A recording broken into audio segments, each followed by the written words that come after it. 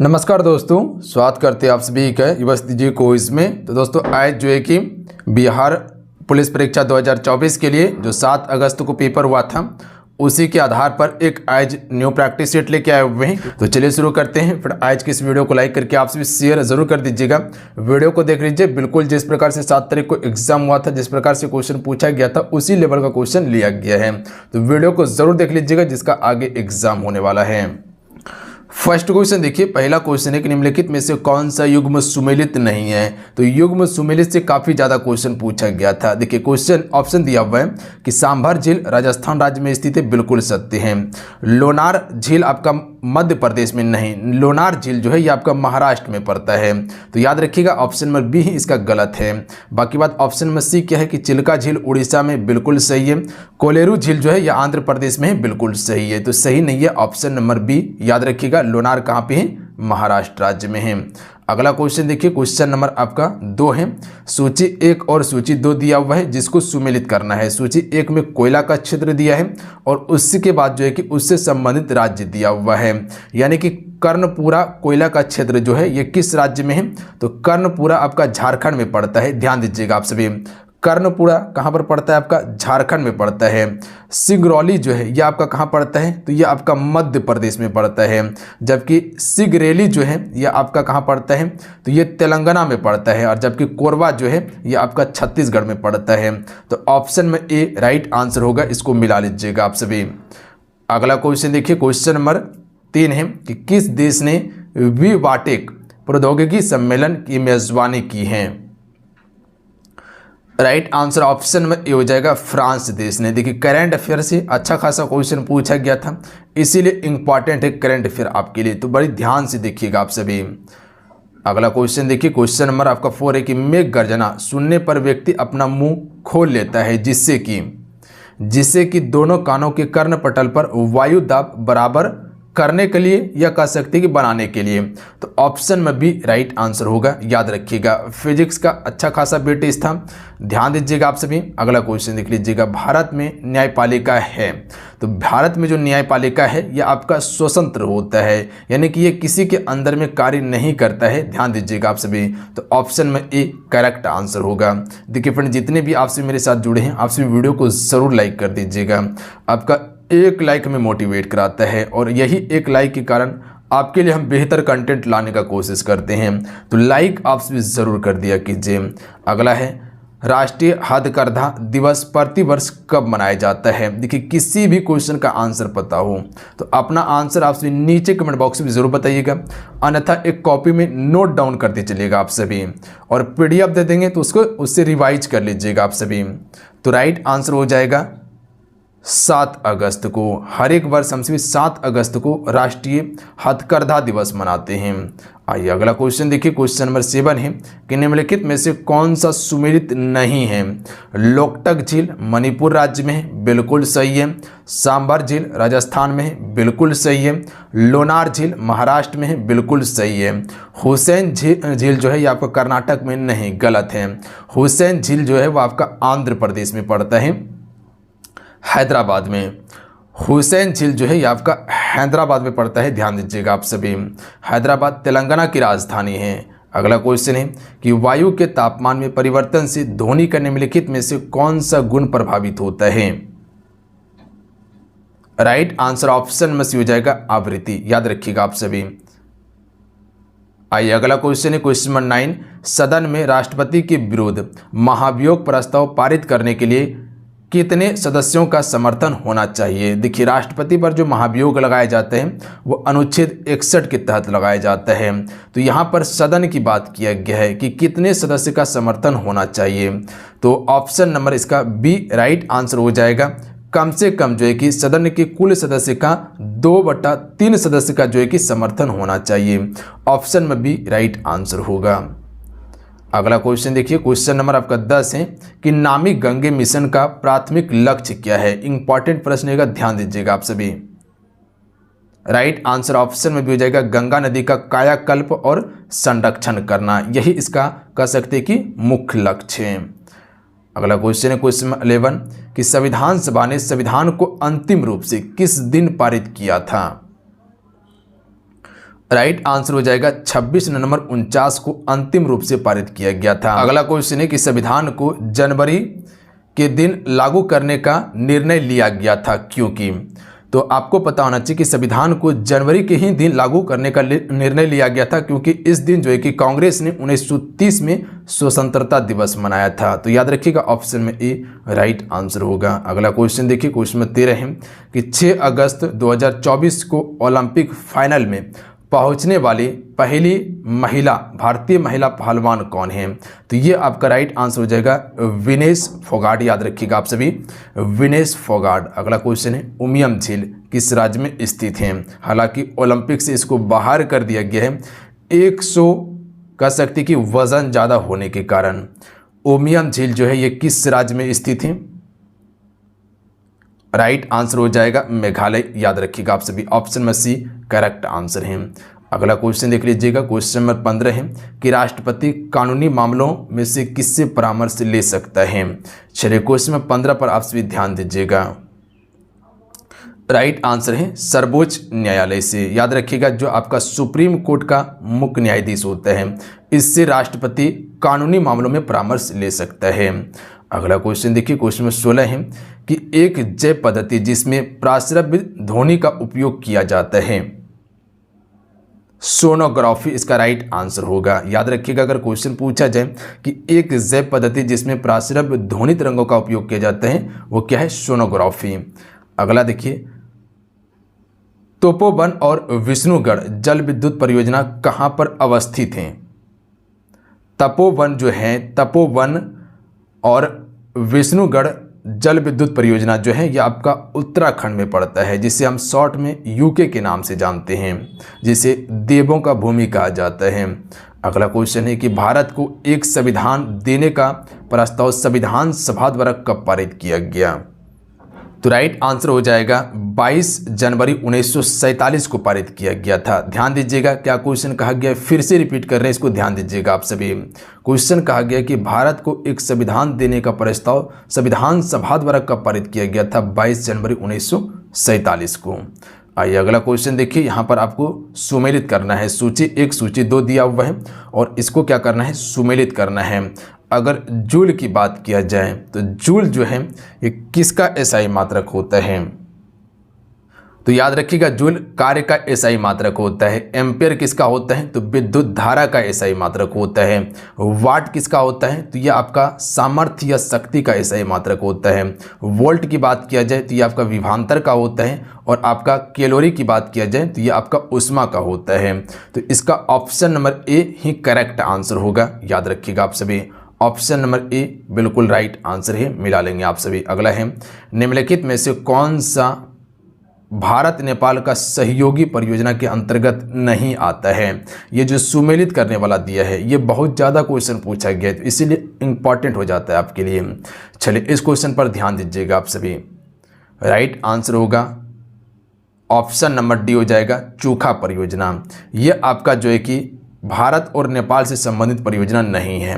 अब सम्मिलित कौन कौन सा है? शारदा बांध परियोजना भारत और नेपाल से संबंधित है। टकनपुरा बांध परियोजना ये भी आपका भारत और नेपाल से सहयोगी है और पंचवेश्वर परियोजना ये भी आपका भारत और नेपाल से संबंधित है। आइए अगला क्वेश्चन देख लीजिएगा, नेमोपदम दारचा सड़क मार्ग किन 2 राज्यों को जोड़ता है? तो नेमोपदम दारचा जो है ये आपका लद्दाख से हिमाचल को जोड़ता है। ऑप्शन में सी राइट आंसर होगा। याद रखिएगा लद्दाख से हिमाचल को। अगला है टिहरी पनबिजली कॉम्प्लेक्स निम्नलिखित में से किस राज्य या किस नदी पर अवस्थित है? राज्य नहीं, किस नदी पर अवस्थित है टिहरी पनबिजली कॉम्प्लेक्स? राइट आंसर हो जाएगा भागीरथी नदी पर। आइए अगला क्वेश्चन देखिए, क्वेश्चन नंबर आपका 23 है कि किसी संगीत यंत्र की ध्वनि तीव्रता मापी जाती है? डेसिबल से। ध्वनि की तीव्रता को किससे मापते हैं? डेसिबल से। अगला क्वेश्चन है 24 नंबर के पलामू एवं लोहारदगा निम्नलिखित में से किस खनिज के लिए प्रसिद्ध हैं? कल के सेशन में हम आपको बताए थे कि लोहारदगा जो जाना जाता है वो किस लिए जाना जाता है? तो बॉक्साइट एस्क के लिए जाना जाता है। तो ये ही खनिज जो है कि उत्पादन किया जाता है कहाँ से? बॉक्साइट का लोहरदगा और पलामू से किया जाता है। बॉक्साइट एल्युमिनियम का अयस्क है, याद रखिएगा। अगला है गारो, खासी, जयंतिया पहाड़ियाँ संरचना एवं उत्पत्ति की दृष्टि से निम्नलिखित में से ये किसका भाग है। देखिए गारो और खासी जो है ये आपका एक जनजाति है जो असम और मेघालय वाला क्षेत्र में पाई जाती है। तो ये आपका क्या हो जाएगा, हिमालय का ही क्षेत्र है ये आपका। ऑप्शन नंबर क्या हो जाएगा, पूर्वोत्तर पहाड़ी वाला क्षेत्र। ऑप्शन में भी करेक्ट आंसर होगा। तो ये जो है भाग आपका पूर्वोत्तर पहाड़ी क्षेत्र का भाग है, बी राइट आंसर होगा। आइए अगला क्वेश्चन देखिए। क्वेश्चन नंबर आपका 26 है कि ध्वनि तरंगों की प्राकृतिक होती हैं। राइट आंसर हो जाएगा अनुदैर्ध्य तरंग। ध्यान दीजिएगा, एक क्वेश्चन पूछा गया था कि ध्वनि तरंग सबसे ज़्यादा किस में चल सकता है, तो ठोस में या तो स्टील में। जो भी ठोस चीज़ आपको मिल जाए, ध्वनि तरंग निर्वात में गमन नहीं कर सकती, तो ये आपका अनुदैर्ध्य तरंग होती है, याद रखिएगा आप सभी। जबकि आपका प्रकाश तरंग वो आपका अनुप्रस्थ होती है। और सबसे ज़्यादा चाल किस में होता है, तो याद रखिएगा निर्वात में प्रकाश का सबसे ज़्यादा चाल है। गुजरात में बड़ोदरा क्षेत्र की मोतीपुरा खान कौन सा पत्थर निकाला जाता है, तो यहाँ से सफ़ेद संगमरमर निकाला जाता है बड़ोदरा क्षेत्र की मोतीपुरा से। आइए अगला क्वेश्चन देखिए, 28 नंबर है कि राष्ट्रपति संविधान के किस अनुच्छेद के तहत भारत के मुख्य न्यायाधीश के समक्ष शपथ ग्रहण करता है। तो राइट आंसर ऑप्शन में भी हो जाएगा अनुच्छेद 60 के तहत। याद रखिएगा अनुच्छेद 60 के तहत जो है कि राष्ट्रपति क्या करता है, शपथ ग्रहण करता है। और शपथ कौन दिलाता है, तो भारत के मुख्य न्यायाधीश दिलाता है। अगला है अंकलेश्वर परियोजना निम्नलिखित में से किन नदियों से संबंधित है। तो अंकलेश्वर परियोजना जो है आपका नर्मदा नदी से संबंधित है। ऑप्शन में बी राइट आंसर होगा, नर्मदा नदी पर ही बनाया गया अंकलेश्वर परियोजना को। अगला क्वेश्चन है कि निम्न में से कौन सा स्थान कॉपर खनन से संबंधित है। राइट आंसर हो जाएगा खेतड़ी। खेतड़ी जो है ये कॉपर खनन से संबंधित है। खेतड़ी कहाँ पड़ता है, राजस्थान में पड़ता है। एक आपका घाटशिला के बारे में क्वेश्चन पूछा गया था जो कि 1924 में स्थापित किया गया था झारखंड के पूर्वी सिंहभूम में। घाटशिला तांबा खदान ही है। अगला है भारत का पूर्वी समुद्री तट किन नाम से जाना जाता है। तो ये क्वेश्चन आपका पेपर में पूछा गया था कि मालाबार तट किसे कहा जाता है। तो पश्चिमी तट को हम सिर्फ मालाबार तट कहते हैं, कोंकण तट कहते हैं, कन्नड़ तट कहते हैं और गुजरात तट के नाम से जाना जाता है, काठियावाड़ तट। और जो आपका पूर्वी तट जो है इसे हम सभी क्या कहते हैं, कोरोमंडल तट कहते हैं। और ऊपर वाला जो क्षेत्र होता है उसके उत्तरी सरकार के नाम से जानते हैं। तो ऑप्शन में बी राइट आंसर होता है। कुदेरमुख लोक खनिज परियोजना निम्नलिखित में से किस राज्य में स्थित है। कुदेरमुख लोक खनिज परियोजना जो है ये आपका कर्नाटक में स्थित है, ध्यान दीजिएगा। आइए अगला क्वेश्चन है कि सर्वोच्च न्यायालय के अधिकार क्षेत्र में वृद्धि करने का अधिकार किसे प्राप्त है। तो देखिए अगर सर्वोच्च न्यायालय की बात किया जाए या किसी राज्य का सीमा क्षेत्र की बात किया जाए या किसी राज्य को देश में मिलाने की बात किया जाए या कह सकते किसी भी राज्य का नाम परिवर्तन की बात किया जाए, तो ये अधिकार संसद के पास दिया गया है। ऑप्शन में सी राइट आंसर होगा। आइए अगला क्वेश्चन है समताप मंडल की ओजोन गैस की परत जो है कि इसकी मोटाई किससे नापी जाती है। राइट आंसर होगा डॉप्सन इकाई से मापी जाती है। अगला क्वेश्चन है कि जिब्राल्टर जलडुमरी मध्य किन दो देशों को अलग करता है। राइट आंसर हो जाएगा मोरक्को और स्पेन को। ऑप्शन में एक करेक्ट आंसर होगा, ऑप्शन में सी राइट आंसर होगा, मोरक्को और स्पेन को अलग करता है जिब्राल्टर जलडुमरी मध्य। अगला है केंद्रीय बौद्ध अध्ययन संस्थान कहाँ है। राइट आंसर हो जाएगा जम्मू कश्मीर में है। आइए अगला क्वेश्चन देख लीजिएगा, यहाँ पर थोड़ा सा ध्यान दीजिएगा, इंपॉर्टेंट प्रश्न है कि निम्नलिखित में से कौन सा एक सक्रिय ज्वालामुखी है, यानी कि अभी भी उद्गार उसमें हो रहा है। तो ऑप्शन नंबर इसका क्या हो जाएगा, ध्यान दीजिएगा, आपका 2 और 3 इसका बिल्कुल करेक्ट आंसर होगा। यानी कह सकते कि माउंट कोटाफेक्सी और उसके बाद जो है कि मोनाकिया, ये दोनों जो है आपका सक्रिय ज्वालामुखी है, जबकि माउंट किलिमंजारो जो है ये आपका सुसुप्त ज्वालामुखी है, यानी कि इसमें उद्गार नहीं होता है। अगला क्वेश्चन है कि बेला डीला खान के खनन किए जाने वाला लोह-अयस्क को निम्नलिखित में से किस बंदरगाह से निर्यात किया जाता है। इंपॉर्टेंट प्रश्न है, ध्यान दीजिएगा, फिर से रिपीट कर रहे हैं इस प्रश्न को वेलाडेला खान के खनन किए जाने वाला लोह-अयस्क को निम्नलिखित में से किस बंदरगाह से निर्यात किया जाता है। तो विशाखापट्टनम वाला जो बंदरगाह है यहीं से निर्यात किया जाता है। विशाखापट्टनम कहाँ पर है? आंध्र प्रदेश राज्य में स्थित है। अगला है, भारत में ओमान रिफाइनरीज लिमिटेड निम्नलिखित में से किस रिफाइनरी का कार्य करती है। तो ये बिना रिफाइनरी का कार्य करती है, बी राइट आंसर होगा। अगला है, अम्ल वर्षा वनस्पति को नष्ट कर देती है क्योंकि इसमें पाया जाता है। जो अम्ल वर्षा आप सभी देखते हैं, आपको पता होना चाहिए, जो ताजमहल देख रहे हैं उसमें जो क्षरण हो रहा है वो अम्ल वर्षा के कारण ही हो रहा है। अम्ल वर्षा सबसे ज़्यादा किस राज्य में होता है? कर्नाटक राज्य में सबसे ज़्यादा अम्ल वर्षा होता है। तो इसका करेक्ट आंसर हो जाएगा, इसमें सल्फ्यूरिक अम्ल होता है, याद रखिएगा आप सभी।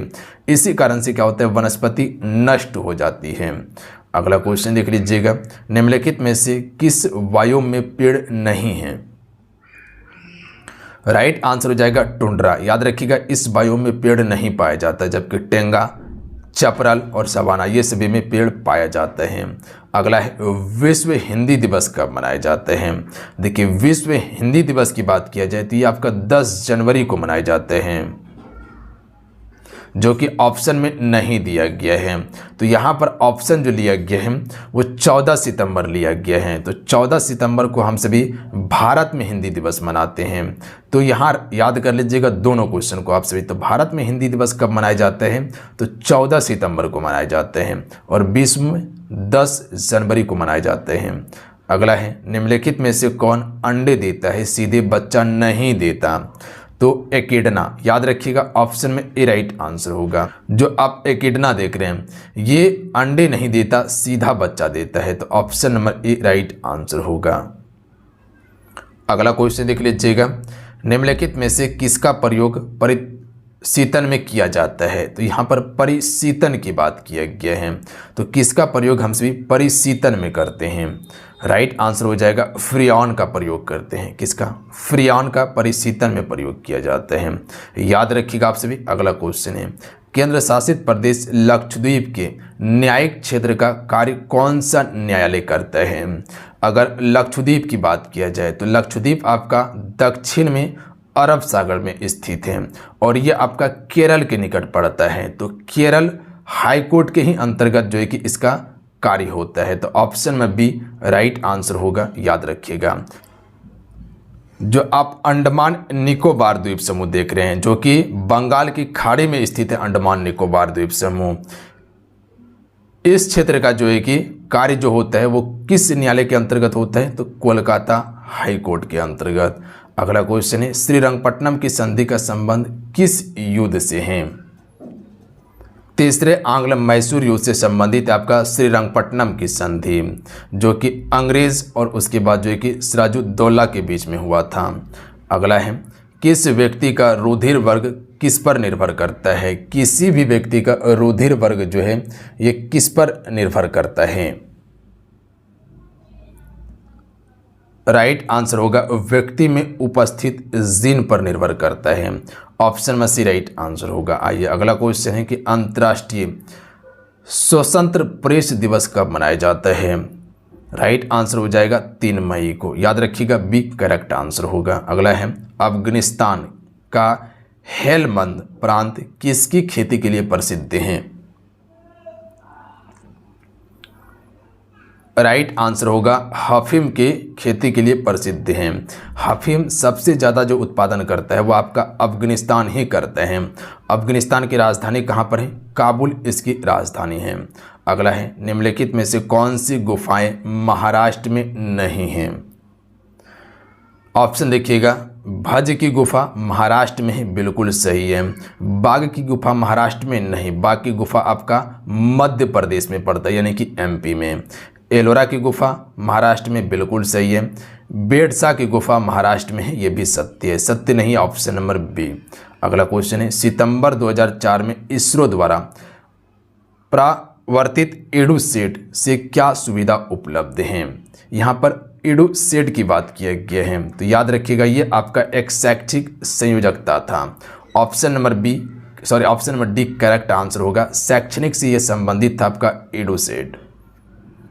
अगला क्वेश्चन है, फोटोग्राफी में मुख्य रूप से कौन सा रंग होता है? राइट आंसर हो जाएगा लाल, नीला और हरा। ऑप्शन में सी करेक्ट आंसर होगा। तो फोटोग्राफी की बात किया जाए तो इसमें लाल, नीला और हरा रंग होता है। आइए अगला क्वेश्चन देख लीजिएगा। निम्नलिखित में से किस आंदोलन की शुरुआत नमक कानून को तोड़ने से हुई थी? तो नमक कानून 1930 में महात्मा गांधी जी के द्वारा शुरू किया जाता है और इसी से जो है कि कह सकते हैं सविनय अवज्ञा आंदोलन की शुरुआत होता है। ऑप्शन में बी राइट आंसर होगा। असहयोग आंदोलन 1920 में शुरू किया जाता है महात्मा गांधी जी के द्वारा। 1922 में इसे वापस ले लिया जाता है चोरा चोरी कांड के कारण। आपका भारत छोड़ो आंदोलन 1942 में होता है। याद रखिएगा, होम रूल की बात किया जाए 1916 में। अगला है, निम्नलिखित में से कौन सा आमतौर पर भारत के बजट से जुड़ा नहीं है? यहाँ पर ध्यान दीजिएगा, आप सभी इंपॉर्टेंट क्वेश्चन रहेगा। कठोर बजट, याद रखिएगा ये आपका आम तौर पर ये बजट से संबंधित नहीं है। ऑप्शन में सी करेक्ट आंसर होगा। जबकि परिणामी बजट होता है, लिंग बजट होता है और उसके बाद जो है कि सकल बजट, ये समर्थन, ये सभी बजट से संबंधित हैं। जबकि कठोर बजट आपका बजट से संबंधित नहीं है। अग्नि का सही वर्ण निम्नलिखित में से किसके द्वारा होता है? राइट आंसर होगा दीर्घ प्रास मिसाइल से। अग्नि का सही वर्ण जो आपका सुमेलित होता है वो आपका दीर्घ प्रास मिसाइल से होता है। सी करेक्ट आंसर होगा। आइए अगला है, डेविस कप की तरह महिलाओं का टूर्नामेंट कौन सा है? Fed Cup. ऑप्शन में बी राइट आंसर होगा। अगला क्वेश्चन देख लीजिएगा। निम्नलिखित में से कौन सा विषय 7वीं अनुसूची में समवर्ती सूची में है? यानी कि 7वीं अनुसूची जो देखते हैं ये आपका समवर्ती सूची से संबंधित है, जिसमें कि केंद्र और राज्य दोनों कानून बनाता है। सूची कितना है? 3 सूची है। पहला एक आपका संघ सूची, उसके बाद राज्य सूची और समवर्ती सूची है। तो जो आप 1 देखते हैं ये आपका समवर्ती सूची के अंतर्गत आता है, जिस पर दोनों काम करेगा। जो आप शिक्षा देखते हैं ये भी आपका क्या है? समवर्ती सूची का विषय है। जो आप जनसंख्या नियंत्रण देखते हैं ये भी आपका क्या है? समवर्ती सूची का विषय है। समवर्ती सूची में कितने विषय का प्रावधान है? 52 विषय का प्रावधान किया गया है। स्टॉक एक्सचेंज वो केंद्र सरकार का विषय है, जबकि स्थानीय सरकार की बात किया जाए, कृषि की बात किया जाए, याद रखिएगा वो सभी आपका राज्य सरकार का विषय है। जीवों में आनुवांशिकी विभिन्नताओं का मूल स्रोत होता है। राइट आंसर होगा उत्परिवर्तन। सी राइट आंसर हो जाएगा। अगला क्वेश्चन देख लीजिएगा। बेरुधिर वर्ग की रोगी किन वर्गों से रक्त को ले सकता है? तो देखिए बी जो है सबसे पहले ये वी से लेगा, इसके अलावा ये ओ से भी ले सकता है। तो ओ को सर्वदाता कहा जाता है। ओ सभी को रक्त दे सकता है। तो इसका ऑप्शन में बी राइट आंसर हो जाएगा। जो सबसे पहले बी है तो वो बी से तो लेगा ही लेगा, इसके अलावा ओ से भी ले सकता है, इसीलिए इसे हम सभी सर्वदाता कहते हैं। ए बी को सर्वग्राही के नाम से जाना जाता है। अगला है, राष्ट्रीय गणित दिवस कब मनाया जाता है?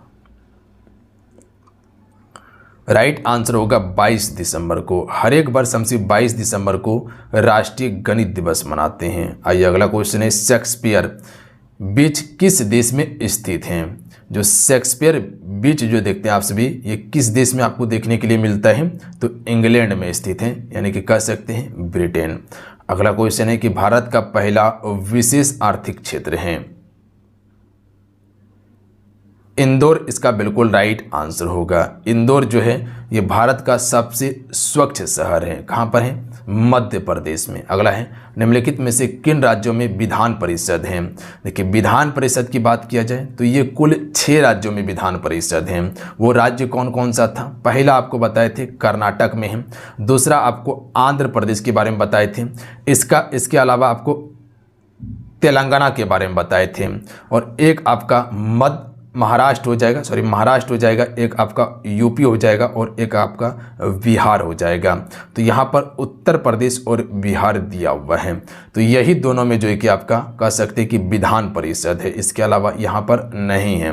जम्मू कश्मीर में पहले था, केंद्र शासित प्रदेश होने के कारण इसे समाप्त कर दिया गया। अलमाटी बांध किस नदी पर स्थित है? राइट आंसर होगा कृष्णा नदी, ऑप्शन में ए करेक्ट आंसर है। आइए अगला है, अगला क्वेश्चन देख लीजिएगा, राष्ट्रीय मतदाता दिवस कब मनाया जाता है? राइट आंसर ऑप्शन में दीजिएगा 25 जनवरी को हम सभी हर एक वर्ष राष्ट्रीय मतदाता दिवस मनाते हैं। अगला क्वेश्चन है कि भारत का सबसे ज़्यादा निर्यात किए जाने वाला कृषि पदार्थ जो है वो कौन सा है? तो सबसे ज़्यादा जो हम सभी निर्यात करते हैं बासमती चावल को करते हैं। आइए अगला क्वेश्चन है कि हीलियम गैस गुब्बारे में क्यों भरा जाता है? जो हीलियम गैस आप सभी देखते हैं, ज़्यादातर इसका उपयोग हम गुब्बारे में भरते हैं ताकि वो वायु से ऊपर उड़ सके, यानी कि आसमान आकाश में जा सके। क्यों हम सभी गुब्बारों में हीलियम गैस को ही भरते हैं? तो याद रखिएगा ये हवा से हल्की होती है। तो ऑप्शन नंबर क्या हो जाएगा? बी करेक्ट आंसर होगा, वायु से हल्की होती है। अगला है, जीवाणुओं को नष्ट करने के लिए निम्नलिखित में से किस गैस का प्रयोग किया जाता है? तो देखिए अगर जीवाणु को नष्ट करने की बात किया जाए तो याद रखिएगा आप सभी क्लोरीन का इसमें प्रयोग किया जाता है। किसका प्रयोग करते हैं? याद रखेंगे क्लोरीन का प्रयोग करते हैं जीवाणु को नष्ट करने के लिए, याद रहेगा आप सभी को। अगला है, खाद्य कूपन का विचार किसने दिया था?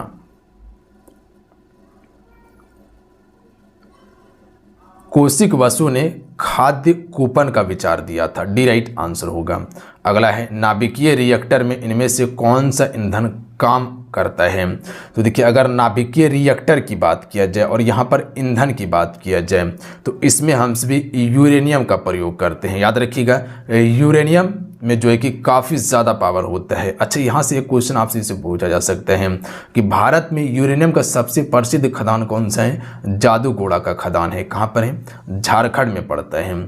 साहित्य अकादमी पुरस्कार कितने भाषाओं के लेख में दिया जाता है? तो देखिए अगर साहित्य अकादमी पुरस्कार की बात किया जाए तो 8वीं अनुसूची में आप 22 भाषा देखते हैं, ये सभी 22 भाषाओं को दिया जाता है। इसके अलावा एक राजस्थानी को दिया जाता है, राजस्थानी को दिया जाता है और एक आपका अंग्रेजी को दिया जाता है। याद रखिएगा आप सभी। तो ये दोनों को 8वीं अनुसूची में 22 भाषाओं में शामिल नहीं किया गया है, फिर भी जो है कि साहित्य अकादमी पुरस्कार दिया जाता है, यानी कि कुल 24 भाषाओं में साहित्य अकादमी पुरस्कार दिया जाता। अगला क्वेश्चन है, ऑर्गेनिक बल किसका निर्माण होता है? राइट आंसर हो जाएगा ब्लॉक पर्वत और फोल्ड पर्वत का होता है। ऑप्शन में बी करेक्ट आंसर होगा, यानी कि इसका 1 और 2 बिल्कुल राइट आंसर हैं। आइए अगला क्वेश्चन देखिए, डायनासोर थे, तो डायनासोर जो है ये किस युग के थे? मेसोजोइक सरीसृप थे डायनासोर, मेसोजोइक सरीसृप। ऑप्शन में बी राइट आंसर होगा, यानी कि मेसोजोइक काल का था आपका डायनासोर। अगला क्वेश्चन है कि वायुमंडलीय ओजोन की ऊपरी परत को किससे मापी जाती है?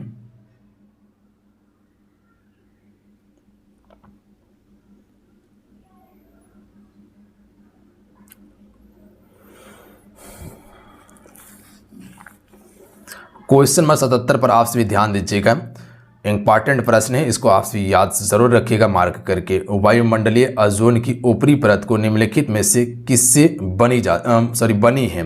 यानी कि जो ओजोन परत जो आप इसका ऊपरी परत को देखते हैं वो किससे बनी है? वायुमंडलीय ओजोन की ऊपरी परत निम्नलिखित में से किससे बनी है? तो वायुमंडल का जो ओजोन परत है इसका ऊपरी परत जो है ये किससे बनी हुई है? तो ऑक्सीजन के अणुओं का संयोग से। ऑप्शन में बी राइट आंसर होगा, याद रखिएगा ऑक्सीजन के अणुओं की संयोग से बनी है। अगला है, समताप मंडल की ओजोन गैस की परत की मोटाई किस इकाई से नापी जाती है? तो इससे पहले भी आपको बताए थे, रिपीट क्वेश्चन है, डॉप्सन इकाई से मापी जाती है। अगला है, जिब्राल्टर जलडुमरी मध्य किन 2 देशों को अलग करती है? ये भी आपका रिपीट क्वेश्चन है, मोरक्को और स्पेन को। केंद्रीय बौद्ध अध्ययन संस्थान कहाँ पर स्थित है? जम्मू कश्मीर में स्थित है। अगला क्वेश्चन देख लीजिएगा, निम्नलिखित में से कौन सा सक्रिय ज्वालामुखी है? तो माउंट कोटाफेक्सी और मोनाकिया दोनों सक्रिय ज्वालामुखी हैं। भारत का ओमान रिफाइनरीज लिमिटेड जो है ये बिना रिफाइनरी का कार्य करती है। ये भी आपका रिपीट क्वेश्चन है। अगला है, अम्ल वर्षा वनस्पति को नष्ट कर देती है क्योंकि इसमें आपका सल्फ्यूरिक अम्ल होता है।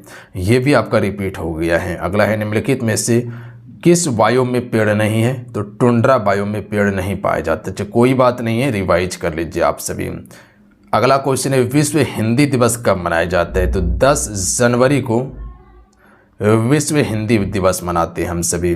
10 जनवरी ऑप्शन में नहीं दिया गया है। अगला है, निम्नलिखित में से कौन अंडा देता है सीधे बच्चा नहीं देता है? तो याद रखेंगे आप सभी एकिडना। ये भी आपका रिपीट क्वेश्चन था। अगला क्वेश्चन देखिए आप सभी, निम्नलिखित में से किसका प्रयोग परिशीतन में किया जाता है? तो फ्रियान का प्रयोग करते हैं परिशीतन में। अगला है, किसी ध्वनि स्रोत की आवृत्ति होने पर उतार चढ़ाव को कहते हैं। चलिए यहाँ से अब आपका प्रश्न बिल्कुल सही चल रहा है। कुछ प्रश्न ऐसा था जो कि रिपीट हो गया था। तो डॉपलर प्रभाव इसका बिल्कुल राइट आंसर होगा। डॉपलर प्रभाव के कारण ही ध्वनि का स्रोत में क्या होता है? उतार चढ़ाव होता है। अगला है, निम्नलिखित में से कौन सा कथन ध्वनि तरंगों के लिए बिल्कुल सत्य है? राइट आंसर हो जाएगा ऑप्शन नंबर सी कि 0 डिग्री सेल्सियस पर इनकी चाल 332 मीटर पर सेकेंड होती है। ये बिल्कुल सही है ध्वनि तरंगों के बारे में। जब किसी स्थान पर 2 लाउड स्पीकर साथ साथ बजाते हैं तो किसी स्थान या विशेष पर बैठे श्रोताओं को उनकी ध्वनि सुनाई नहीं देती हैं। इसका कारण क्या है? तो ये व्यतिकरण के कारण होता है कि दोनों लाउड स्पीकर अगर सामने में रख के बजाइएगा तो दोनों लाउड स्पीकर का आवाज़ एक ही जगह गूंजने लगता है, तो कुछ वहाँ पर समझ में नहीं आता है। तो ये आपका व्यतिकरण के कारण ऐसा होता है। अगला है, प्राध्वनिक विमान डैश नामक एक प्रघाती पैदा करती हैं। राइट आंसर हो जाएगा प्राश्रव तरंग नामक एक प्रघाती पैदा करती है प्राध्वनिक विमान। आइए अगला क्वेश्चन है कि इको साउंडिंग का प्रयोग हम सभी किस लिए करते हैं? तो देखिए, इको साउंडिंग का जो प्रयोग किया जाता है समुद्र की गहराई को मापने के लिए, समुद्र की तल को जानने के लिए हम सभी इको साउंडिंग का प्रयोग करते हैं। यानी कि ऑप्शन में सी राइट आंसर होगा। सोनार का उपयोग किस लिए किया जाता है? तो समुद्र में किसी भी वस्तु का पता लगाने के लिए हम सभी सोनार का उपयोग करते हैं। आर्द्र वायु में ध्वनि का वेग शुष्क वायु की तुलना में अधिक होता है क्योंकि आर्द्र वायु में होता है, क्योंकि आर्द्र वायु जो है वो शुष्क वायु की तुलना में घनत्व इसमें कम होता है। यानी कि ऑप्शन में भी राइट आंसर होगा, घनत्व इसका कम होता है। अगला है, निम्नलिखित में से किस प्रकार की तरंग का प्रयोग रात्रि उपकरण में किया जाता है?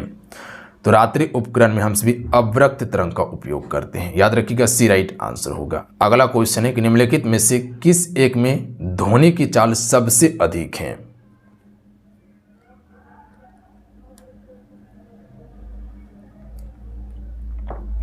राइट आंसर हो जाएगा लकड़ी में।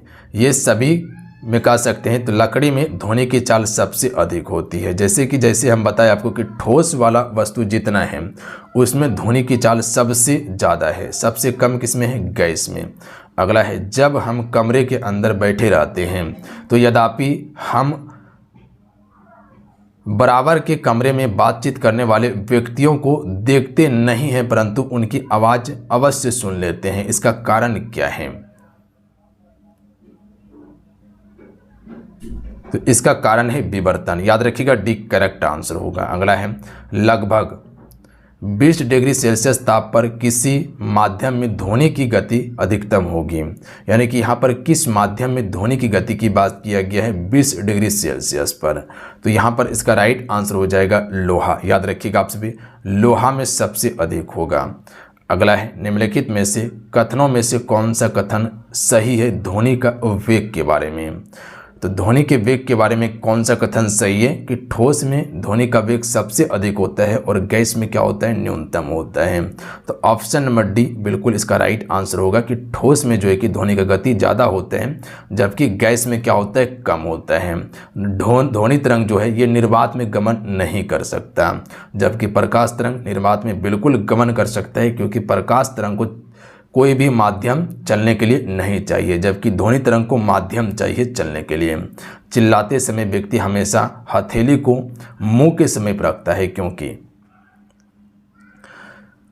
उस स्थिति में ध्वनि ऊर्जा सिर्फ एक ही दिशा में इंगित होती है। अगर मुंह के पास दोनों हाथ रख के उसके बाद अगर चिल्लाइएगा तो ध्वनि एक ही दिशा में गमन करती है। अगला है ध्वनि तरंगे नहीं चल सकती हैं। तो ध्वनि तरंगे निर्वात में नहीं चल सकती है, याद रखिएगा आप सभी। निर्वात में नहीं चल सकती है, जबकि ठोस में ये चल सकती है, सबसे ज़्यादा गमन करती है। अगर प्रकाश तरंग की बात किया जाए तो सबसे ज़्यादा चल प्रकाश का जो है वो आपका निर्वात में होता है। और प्रकाश कहाँ आपका नहीं चल सकती, तो ठोस में, याद रखिएगा आप सभी। ठोस में सबसे कम देखिएगा। अगला क्वेश्चन देख लीजिएगा, क्वेश्चन नंबर 101 है कि वह उपकरण जो ध्वनि तरंगों की पहचान तथा रेजो रेखा के लिए प्रयुक्त होता है क्या कहलाता है। यहाँ पर प्रयोग की बात किया गया है, तो इसे हम सभी सोनार का प्रयोग करते हैं, यानी कह सकते हैं क्या कहलाता है, उसे सोनार कहा जाता है। और सोनार का उपयोग किस लिए करते हैं हम सभी, तो किसी भी वस्तु को पता लगाने के लिए समुद्र में सोनार का ही उपयोग किया जाता है। तो ऑप्शन में बी राइट आंसर होगा। आज के सेशन को हम सभी यहीं कंप्लीट करने वाले हैं। आज के सेशन में कुल 1 से लेके 101 क्वेश्चन कंप्लीट किए हैं। कुछ क्वेश्चन आपका रिपीट भी था, कोई दिक्कत नहीं है, उससे क्या हो गया, आपका रिवाइज हो गया। आप सभी जितने भी मेरे साथ में जुड़े थे सेशन को जरूर लाइक कर दीजिएगा। आपका एक लाइक में मोटिवेट करता है, तो लाइक करके इस वीडियो को अपने ग्रुप में ज़रूर शेयर कर देंगे, जहां पर भी आप ग्रुप में हैं। मिलते हैं। जय हिंद, वंदे मातरम। ध्यान रखिएगा, पढ़ाई करते रहिएगा।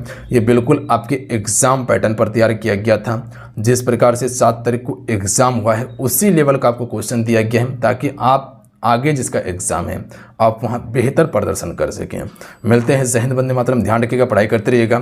जाते जाते फ्रेंड क्लास को लाइक करके शेयर कर देंगे।